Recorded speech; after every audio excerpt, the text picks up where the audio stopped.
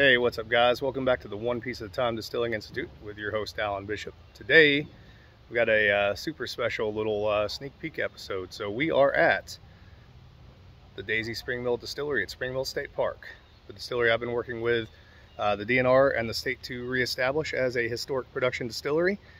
Today we are having a tasting event featuring Indiana craft distilleries, and so we're here a little early. We came in and talked to the general public a little bit as I came through, told them a little bit about the project and distilling history here, and thought I'd share that with you today. So I'm going to flip this camera around, we'll go in and talk all about it. So this is the original building. It's not laid out in the exact same footprint that it originally was when it was built first in 1823 by the Montgomerys, who later sold to Hugh Hamer. I've written about that on the Alchemist Cabinets .wordpress.com website. But so you'll see here an earthen floor and over here a raised wooden floor. This is how old distilleries were laid out as everything worked on gravity. We are in the process of cleaning everything up, getting new equipment in, but some cool notable stuff here. So this dirt floor probably would have been brick or perhaps sandstone, gravel, something of that nature back in the day. This would have been the main production floor where all the distillation would have happened. So the very earliest patents that they were using as far as distillation here at this distillery, we believe, is the Gillespie Patent, which is unique in that it uses a copper kettle as a boiler to heat steam to heat a wooden still. We actually do have reason to believe that that particular hollowed out tree over there may have been that wooden still. There's some remnants of copper on it, some tack nails, etc., that lead us to believe that. This is one of only 3 existing buildings, show you the roof as well, related to the Black Forest of Indiana distilling complex, which was made up of Orange, Washington, Lawrence, Crawford, Harrison, and Perry counties.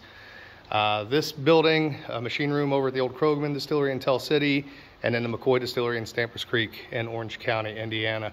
But this is by far the most extant because of the artifacts that are here, including that barrel, which is an original hogshead for fermenting that dates back to the productive life of this distillery. This distillery closed in 1886. The very last thing produced here was apple brandy by Mr. William Dalton, who was the distiller here for 40 years at that time. We've actually captured yeast from that barrel and another fermentation barrel I'll show you here momentarily. One of the other really cool things, you see that big wash tub? That is a copper wash tub. That is a wash boiler. That's where they were actually boiling the water to make their mash in the barrels. So as we restore this thing, there will be a new wash tub over here and a furnace. There will be 2 stills set in furnaces over here. We will bring water in off the flume just outside that window there. And we will have all of our fermenting barrels, just as they would have been back in the day, setting up here on this wooden platform. So today we obviously don't have all the equipment in place. Just kind of previewing this thing for people that are coming to the festival. So what we've done is we've moved the gates around from what they once were. The guys, the employees of the DNR here at Spring Mill were kind enough to put the new still together for us, bring it in and put it on display. We brought a few things to put on display, and I'll show you all that. Of course, I had to bring the 3 bottles that were related to this distillery from my distillery, Spirits of French Lick over here, so Solomon Scott. So Solomon was a partial owner of this distillery late in its productive lifetime, alongside the gentleman whose picture you see right there, Jonathan Turley. And then of course, William Dalton, our wheated bourbon. Dalton was the distiller here for 40 years, running double pot still, took over for a guy named Klaus in the 1840s. Longest tenured distiller in Southern Indiana history, and certainly working on the most outdated distillery in Indiana history, even by the 1880s. And then of course the Old Clifty Hoosier Apple Brandy. So Hugh Hamer, who later owned this distillery and the milling complex here, this was where he millwrighted at and apprenticed at for John Hammersley, was Old Clifty. And then now Old Clifty, Cave River Valley, is actually owned by Spring Mill DNR. So we also, for fun, brought kind of a black and white print off photo of Mr. Dalton and his wife there on the left, and then his son, William Jr. And then, get my ducks in order here. Here's the Gillespie still patent. So some wormwood and lemon balm and roses for some absinthe, some of our lease corn to show the kind of flint corn and colored corns I would use, an apple for the apple brandy. Brought the little Aquatar project along to talk about early historic distilling. Over here you've got one of my Donna jugs is made by Sean Stevens, and a copper bucket for spirits catch, which was made by my buddy Mike Stallings. Kim's hiding out over there. And then here's the beauty. So 133 gallon copper alembic that we will be putting into a stone furnace and using to produce historic whiskeys, brandies, and any other spirits that would have been made in the Black Forest region in the very near future. Of course, this will be located over here on the dirt floor side of things once we get that situation all figured out. So just an absolutely beautiful still. Not entirely historically accurate, but for being bought off of the market and not paying crazy custom prices, the closest you can get historically to what was here. And I'm very excited to run it. We of course brought just a 64 gallon hogshead barrel, a George Rose mash paddle, a Sean Stevens Whiskey Thief, just some fun little things to talk about as people come in. There's the serpentine. I'll take you around here and actually open the still as well so you can see inside of it.